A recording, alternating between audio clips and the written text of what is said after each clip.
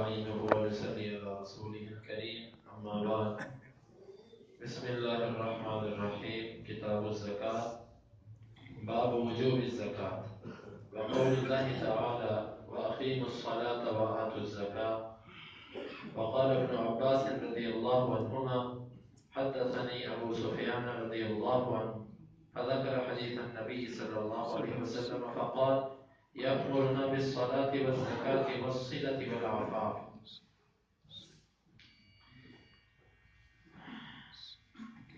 نماز کے ابواب ختم ہونے کے بعد امام بخاری رحمہ اللہ نے زکوٰۃ کا ذکر شروع فرمایا.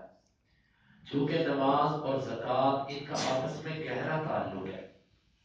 قرآن مجید میں تقریباً 82 مقامات پر اس زکوٰۃ کو نماز کے ساتھ ذکر کیا گیا ہے، یعنی کہ بڑا گہرا تعلق ہے.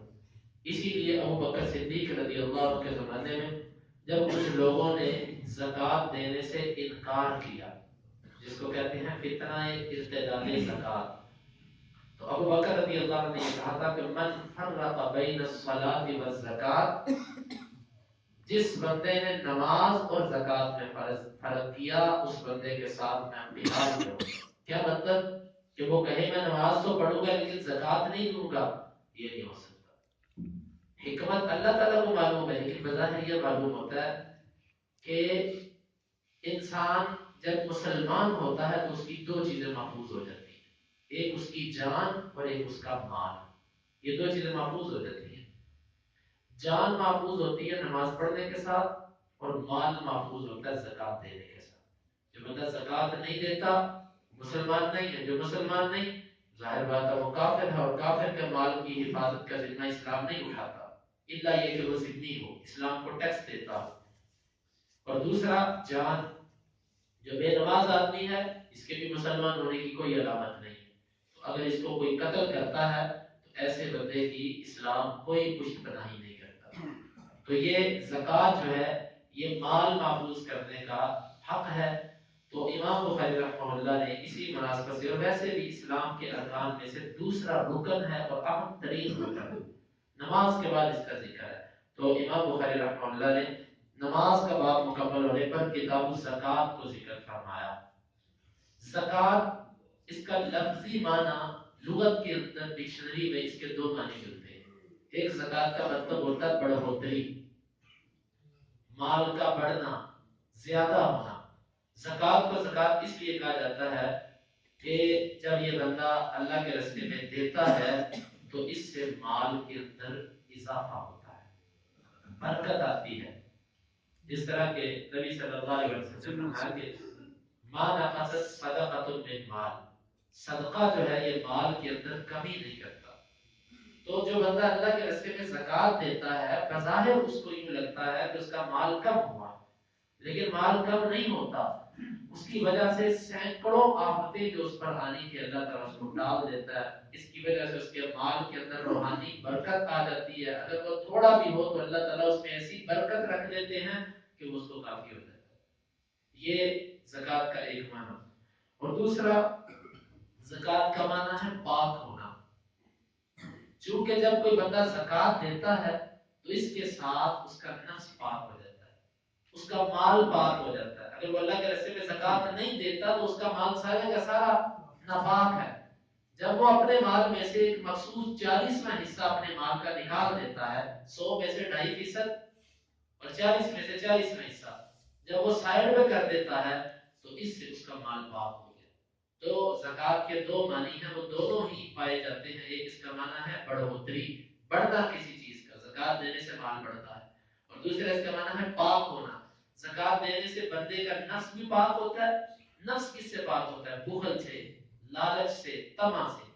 جب ایک بندہ اپنی خون پسینے کی کمائی میں سے سال بعد 40واں حصہ اللہ کے راستے میں دیتا ہے تو یہ بخل کا ایک بہت بڑا علاج ہے.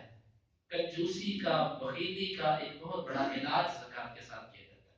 گویا کہ بندے کا نفس بھی سے پاک ہوتا ہے اور مال بھی سے پاک ہوتا ہے.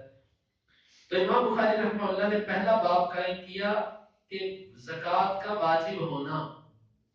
فرض اور واجب محدثین کے یہاں ایک معنی میں استعمال ہوتا ہے. محدثین اور اسی طرح